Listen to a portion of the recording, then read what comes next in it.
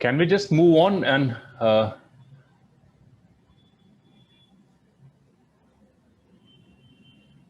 can we just move on with the session instead? Good evening. Okay. Should I read out?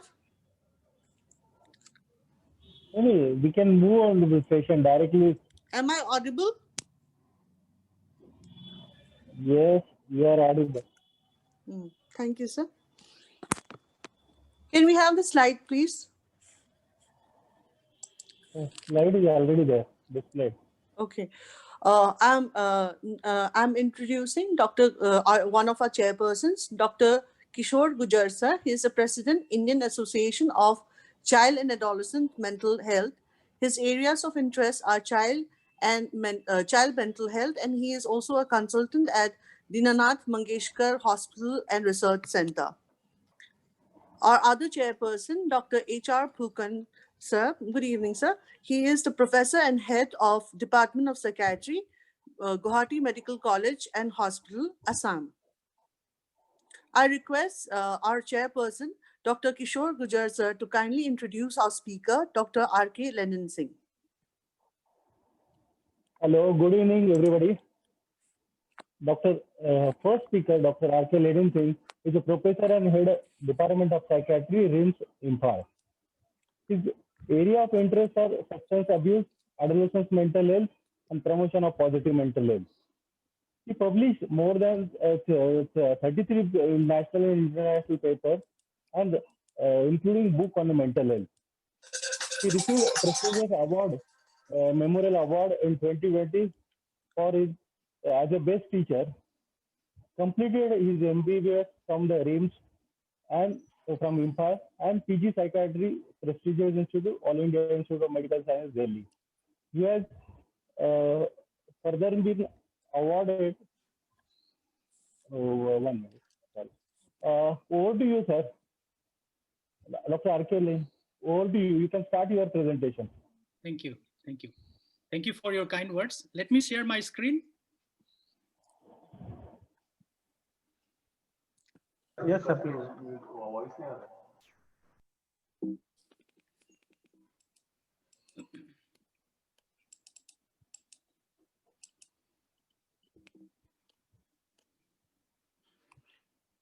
Good evening, and respected chairpersons of today's session, first session.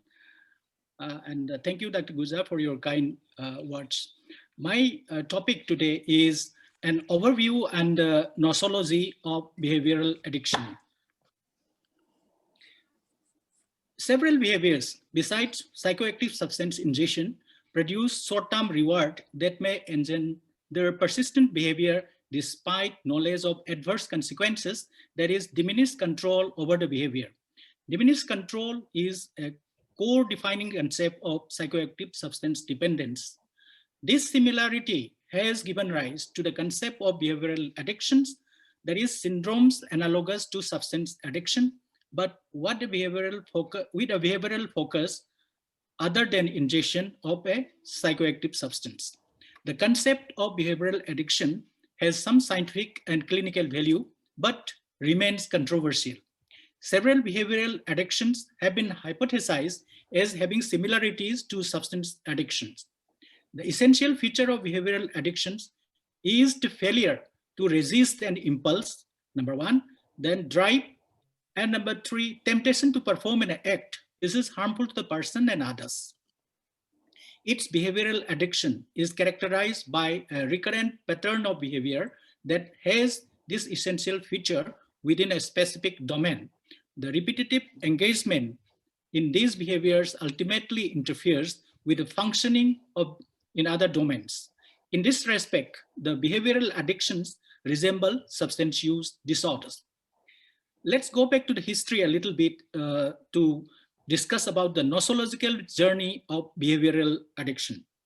History is replete with sagas of disordered gambling and sex addiction.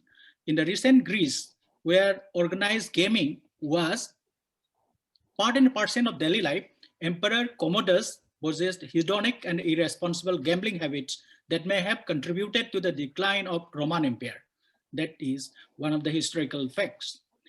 In the year 1812 edition of the first American text on mental illness, Benjamin Rush, the founder of American Psychiatric Association, called attention to the potentially pathological nature of excessive sexual desire. But it was not until 2010 that the Diagnostic and Statistical Manual Work Group for the Diagnostic and Statistical Manual of Mental Disorder 5th edition added the term behavioral addiction to the set of official psychiatric diagnoses.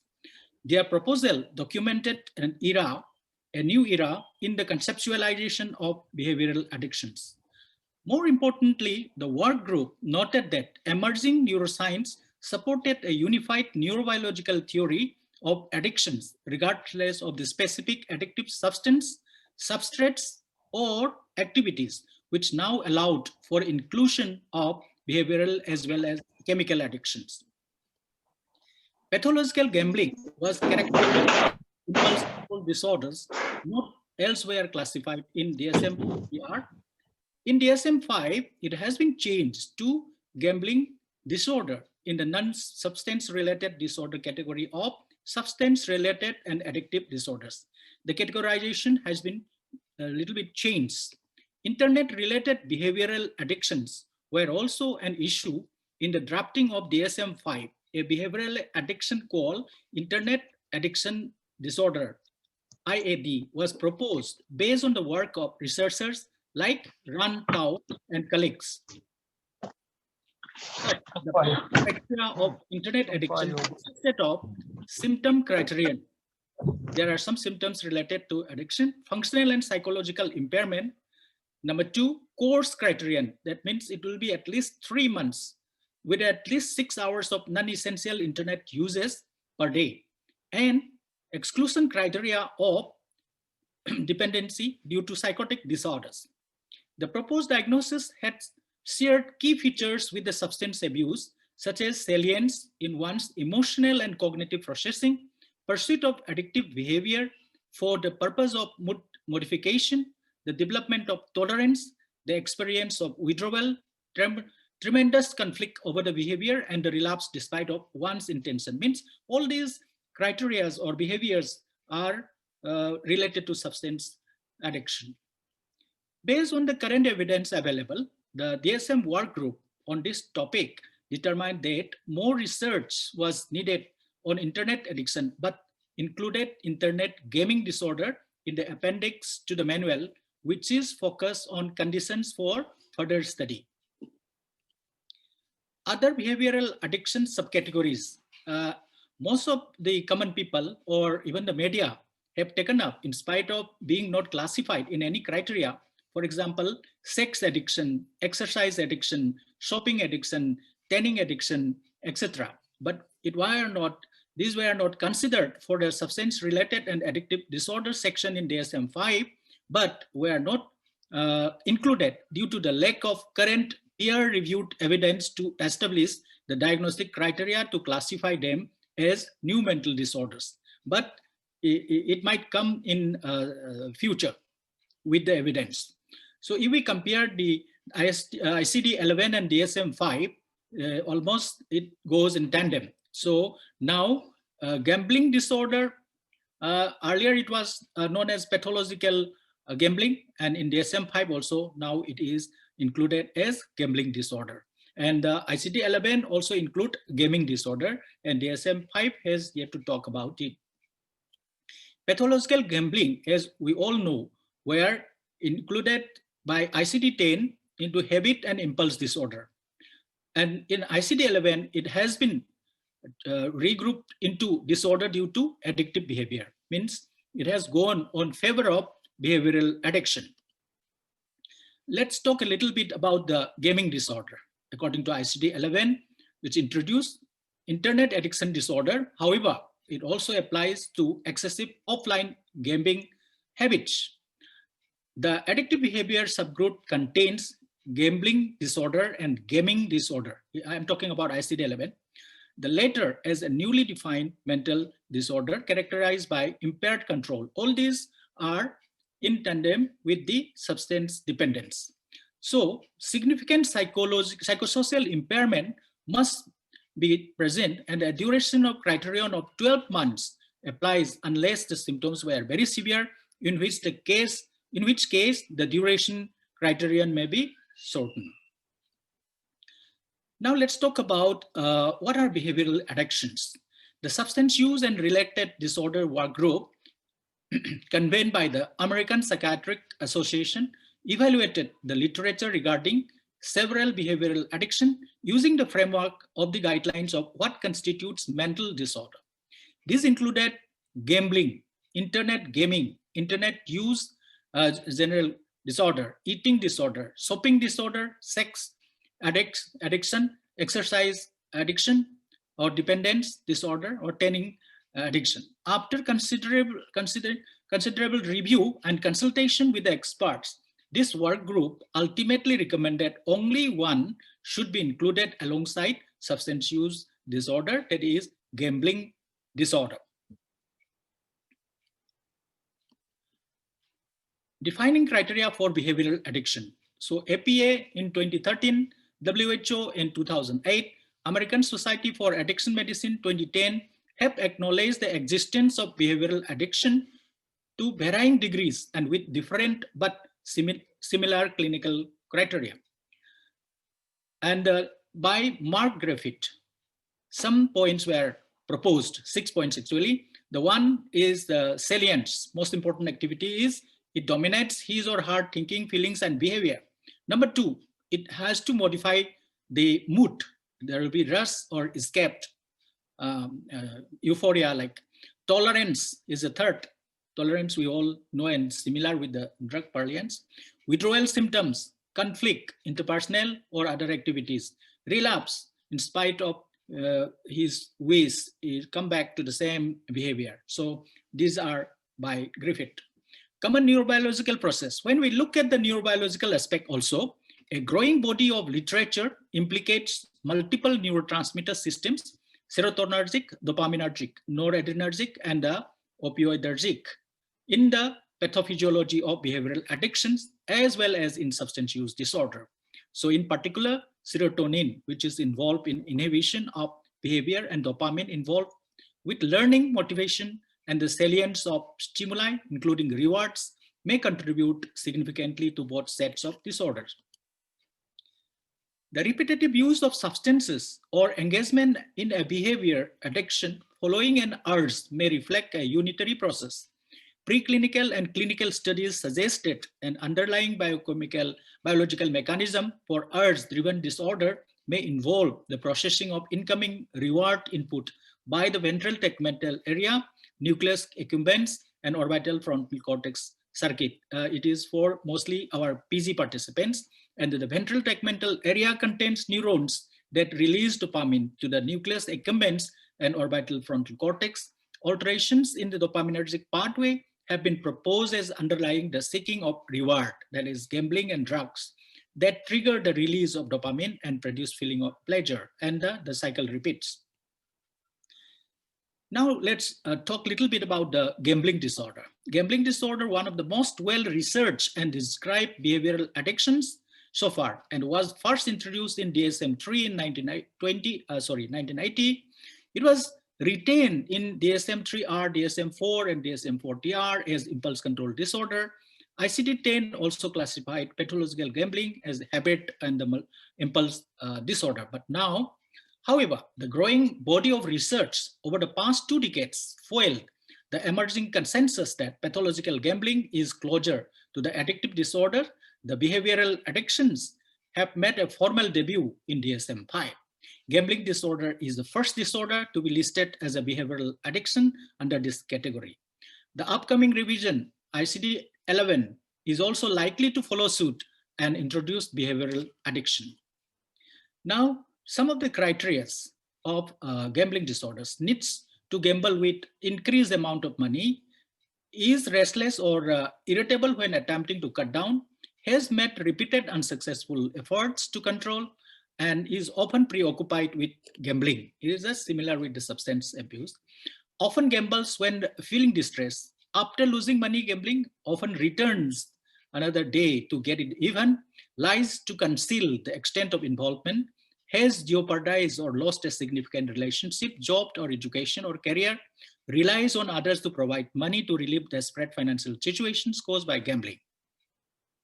It can be mild, moderate, and severe. It can be episodic or persistent. Structured clinical interviews exist. The DSM criteria for gambling disorder. I will not go into detail. And it is also important to note that quantity or frequency items do not predict gambling disorder. And the DSM-5 criteria for gambling disorder, similar to substance use disorder. And this is a very congested slide, and I will better skip, but it talks about prevalence rates of gambling disorders in different countries. It does have lots of comorbidities. One of the US studies found 76.3% of the individuals with gambling disorder also had a substance use disorder, a rate of 5.5 times higher than the rate in those without gambling disorder. That means they go hand in hand. And rates of comorbidity, psychiatric disorder are also high, including depression and anxiety. A meta-analysis of epidemiological studies found gambling disorder was significantly related to nicotine, mood, anxiety disorders, and thus related both psychiatric and other behavioral problems. What are the risk factors? Risk factors of gambling includes male genders more, younger age, more often in the lower socioeconomic group and among racial or ethnic minorities. Impulsivity is linked to both substance use and gambling disorders.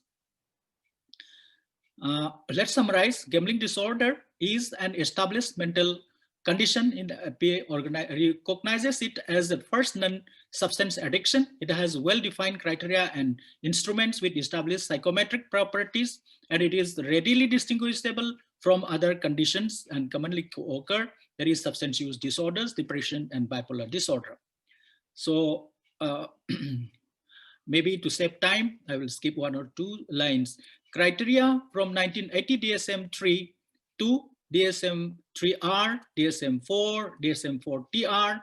This is included under disorders of impulse control, disorder not otherwise classified as pathological gambling, but now by 2013 DSM-5, substance-related addictive disorders. It has been changed, the criteria also, the grouping, and also the name is gambling disorder. Now another term has come up, internet gaming disorder. The proposed DSM-5 criteria for internet gaming disorder have some parallels to the gambling disorder just described, and they share some other features as well. The modality of gambling or gaming is not relevant to classifying the conditions, although some forms of gambling, for example, slot machines, gaming, for example, internet games like massive multiplayer online role-playing games are more likely to lead to problems than others, for example, lotteries or offline single-player games. Like if many people are involved, or internet is involved, the problems are more. It was observed. Although the two conditions may overlap on some levels, there are important distinctions as well. Let's talk about the distinctions first. Gambling refers to risking money or items of value. And in other video games, a primary purpose of playing is not financial gain, as in the case of gambling, but there might be some gain also, but the purpose is mostly for the play. Second, gambling outcomes are only partially skill dependent, but for the video game and all, outcomes are largely based on skill and knowledge. Understanding a common misperception, the DSM-5 text states clearly that gaming offline or on devices that do not connect to internet can also constitute the condition, because internet-based application of video games are most linked with the problem. And to better distinguish the title of the condition from gambling disorder, the term internet was included, and thus the term hence internet gaming disorder. Repetitive use of internet-based games, we have some criteria, 9 to be exact, and one should have 5 should be fulfilled out of this. Number 1 is preoccupation. Number 2 is withdrawal symptom. Number 3 is buildup of tolerance. Number 4 is try to stop or curb playing, but has failed to do so. Number 5 has a loss of interest in other life activities. Number 6, continued overuse even with knowledge of impact. Number 7, lied to others about his or her internet game uses. number 8, uses internet games to relieve anxiety or guilt, lost or put at risk an opportunity or friendship. 5 should be there. Mild, moderate, and severe, this can be the specific, this one, specifiers. They are here again, the prevalence of many studies, it's too congested and I will not go through all of them. Similar to that gambling disorder, we have comorbidities for the IGD, and it is almost similar: anxiety, depression, impulsivity, attention deficit hyperactivity disorder, that externalizing symptoms, most of them are also associated with IGD. Some research links IGD with substance use disorder. In US, high school students, Desietal 2010, those with gaming problems at higher rate of smoking and some form of illicit drug use. In Dutch students, excessive online gaming was associated with smoking, drinking, and marijuana use. These are some of the studies. Similarly, males and adolescents develop this condition at a higher rate than the adults and females. Longitudinal studies find that attention problems, depression, anxiety may arise from excessive gaming, whereas impulsivity and the low social competence appear to predict development of IGD over time. Now let's summarize about internet gaming disorder. Inclusion of internet gaming disorder in DSM-5 provides a uniform direction for studying this condition, but a greater understanding of the criteria underlying it is needed, along with development and assessment of psychometric properties of clinical interviews and screening tools. Another important consideration relates to the relationship of IGD and other mental disorder, including substance use disorders. For IGD to be mental disorder, it must be unique from other psychiatric conditions. And if it is a behavioral addiction, then it should be aligned more closely with substance use disorders and other behavioral addictions. For example, gambling disorder. Then other mental disorder such as ADHD, means it has to be defined by particular characteristic criteria, and it should go similar tandem with the gambling disorder. So this is the third one I would like to talk about is internet addiction.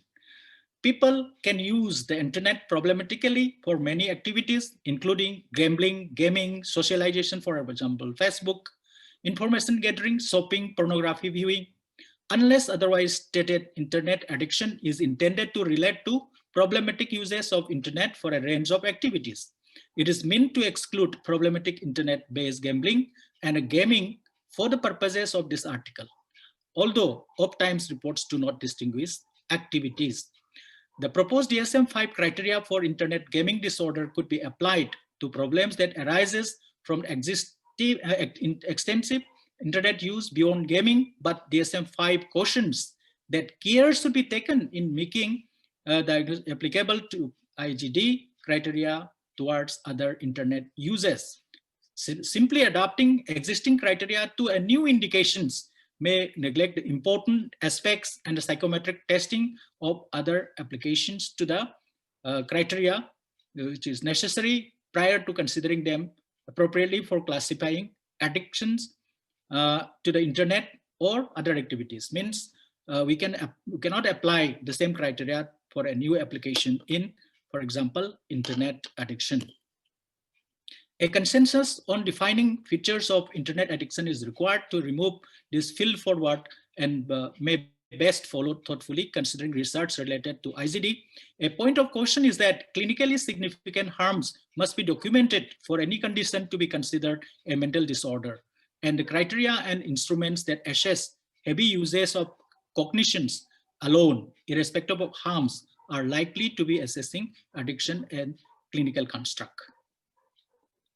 It must cause some harm socially, physically, or psychologically. There are other putative behavioral addictions as well. Let's discuss some of them. The literature on other manifestations of potential behavioral addictions, including, as I said earlier also, shakes, shopping, exercise, training, and eating, suffers from many of the concerns noted in IGD because the criteria are not fulfilled and research works are lacking, with the exception of shopping and perhaps eating addiction, which have somewhat accepted criteria and instruments. Others have a myriad of methods of assessment, few of which have been subjected to extensive psychometric testing. Limited information is available with respect to rates of these conditions in general population, and most often prevalence data, when available, are obtained from the convenience of high-risk samples. They are from the high-risk samples and not from the general population. Few data exists on these conditions with respect to overlap with the other mental health disorder, longitudinal course, or neurobiology. In the case of sex addiction, many of the symptoms appear more aligned with sexual disorders than substance use or behavioral addiction. So we have discussed all those putative behavioral addictions, but as of now, evidences and studies are seems to be insufficient to label them as a separate mental health entity. Similarly, eating disaddiction have been more similarities with eating disorders than addiction. Shopping addiction is more closely associated with hoarding disorders. Although APA Works Group considered these conditions for DSM-5, insufficient evidence was found to support their inclusion in general and in relation to addictions in particular. Currently, there is an active scientific discussion about whether compulsive sexual behavior disorder can constitute the manifestation of a behavioral addiction. For ICD-11, a relatively conservative position has been recommended, recognizing that we have not yet been definitive information on whether the processes involved in the development and maintenance of the disorder are equivalent to those observed in substance use disorder, gambling, and internet gaming disorder. For this reason, compulsive sexual behavior disorder is not included in ICD-11 grouping of disorders due to substance use and addictive behaviors, but rather in that of impulse control disorders. Indian context, some studies are there. The prevalence of adult gaming disorder has been found to vary from 0.1% to 2.7%. Prevalence of internet addiction among adolescents has been reported to vary from 4 to 19%. The reported range of internet addiction among adults is found to be 0.7 to 18.3, depending on the different studies and different methodology. The prevalence rates of problematic video game playing amongst adolescents have been reported to vary from 4.2% to 20% across studies. Variation is quite high. In Indian study, in selected urban localities of Bengaluru, reported prevalence rate of 1.3% for internet addiction, 2% male and 0.6% female, and 4.1% for mobile phone or overuse, and 5% male and 3.1% female. So here, in both the studies, males are more. A comparative study among medical students across 3 countries found 0.5% of the students to score in the range of severe problematic internet use. So even though it is not a comprehensive and limited studies, it indicates that the prevalence is quite high. So what will be the consequences of behavioral addiction then? Serious relationship problem, say if they are married couple, marital conflicts, divorce, cyber affairs, financial loss or theft, if it is gambling, impaired functioning at work, poor academic performance, sleep deprivation, lack of proper exercise. Most of the activities are sedentary, that's why. Others, increased risks of carpal tunnel syndrome, poor functioning of immune system, back strain, eye strain, and even cardiac arrests were reported. Psychologically, high comorbidity, gambling disorder prevalence estimates for any mood disorders, so they are associated in a very high prevalence. Internet addiction, 8 studies, it shows significant positive association between internet addiction and alcohol abuse, ADHD, depression, and anxiety. What about the current status? The current status of behavioral addiction is undecided. We are on the cusp of a new and a long-awaited edition of Diagnostic and Statistical Manual for Mental Disorders, which will incorporate more research and debate than ever before. While a strong movement of addictions professionals and public opinion support recognition of addiction to behavior such as gambling, sex, shopping, video game playing, the internet, eating, the exercise, it remains to be seen whether APA, who developed the right published DSM, will bring these addictions together under a new category or will keep substance-related disorder separate as it is now. There are advocates as well as naysayers for the inclusion of each of the behavioral addictions as real addictions. The debate is going on, but with a few notable exceptions. However, Each of the major addictive behaviors mentioned here has had attempts made to formulate diagnostic criteria based on the experiences of those affected, which bear a close resemblance to existing criteria for alcohol and the drug dependence and compulsive gambling. Outside of the world of professional psychiatry, psychology, the media has taken on and embraced the concepts of behavioral addictions quite well. To conclude, substantial debate exists about the existence of behavioral addictions and the recognition of such problems as mental disorders. Currently, the 5th edition of DSM includes gambling disorder in the substance-related and addictive disorder section, internet gaming disorder in the research appendix as a condition requiring further study. Gambling disorder has been studied more than any other behavioral addiction, has well-defined criteria, and can be distinguished from other similar mental disorders. Some research has identified potentially efficacious treatments for gambling disorder, but none that reach rigorous empirical standards for evidence-based treatments. Inclusion of internet gaming disorder in the DSM-5 has provided a set of guidelines for defining and studying this condition. Major weaknesses in the research literature on IGD are the lack of psychometrically sound instruments for screening and diagnosis and a lack of sufficient research establishing IGD, internet gaming disorder, as a mental disorder unique from other psychiatric disorders conditions.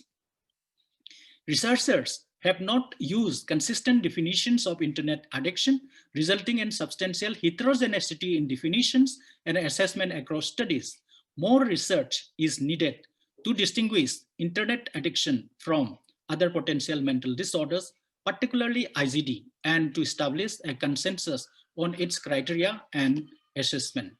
Other putative behavioral addictions, including sex, shopping, exercise, tanning, eating, currently lack empirical evidence related to assessment and overlap with established mental disorders. The American Psychiatric Association's work group considered each of these potential disorders for inclusion in the DSM-5, but none had sufficient evidence to support their inclusion. These are some of my references. I would like to thank each and everyone for attentively listening to me and giving time. Thank you very much, and for inviting me to be one of the speakers. Thank you once again.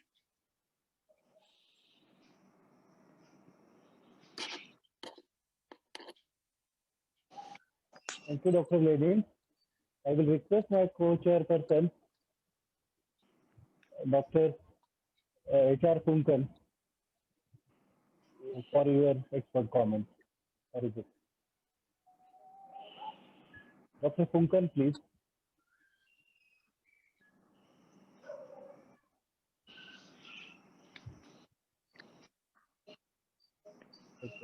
Okay. Thank you, sir, for excellent presentation on overview and nosology of behavioral addiction. You have covered so extensively and so beautifully, historically and current perspective also. In the chat box, there is no question or comment yet mentioned. Any member from the organizing committee or executive council would like to make a comment, please come out with a comment or question.